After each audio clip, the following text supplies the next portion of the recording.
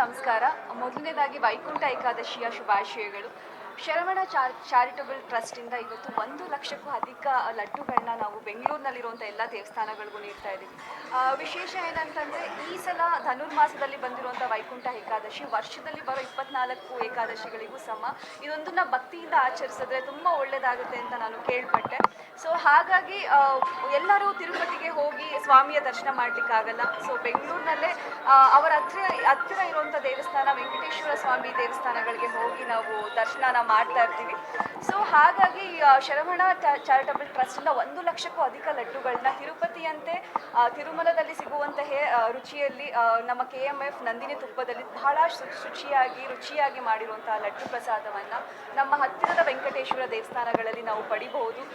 ಈ ವೈಕುಂಠ ಏಕಾದಶಿ ಎಲ್ಲರ ಬಾಳನ್ನ ಸಿಹಿ ಮಾಡಲಿ, ಲಡ್ಡುನ ಸೇವಿಸಿ. ಹಾಗೆ ಶರವಣ ಸರ್ ತುಂಬ ಒಳ್ಳೆಯದನ್ನು ಮಾಡ್ತಾ ಇದ್ದಾರೆ ಪ್ರತಿಯೊಬ್ಬರಿಗೂ. ಅವ್ರಿಗೂ ಒಳ್ಳೇದಾಗಲಿ, ಭಗವಂತ ನಿಮ್ಮೆಲ್ರಿಗೂ ಒಳ್ಳೇದು ಮಾಡಲಿ. ವೈಕುಂಠ ಏಕಾದಶಿಯ ಶುಭಾಶಯಗಳು. ಈ ಏಕಾದಶಿಯಿಂದ ಮುಂದಿನ ವರ್ಷ ಬರೋ ಏಕಾದಶಿವರೆಗೂ ನಿಮ್ಮ ಜೀವನ ಸಿಹಿಯಾಗಿರಲಿ, ಒಳ್ಳೆಯದಾಗಲಿ ಅಂತ ಕೇಳ್ತೀನಿ.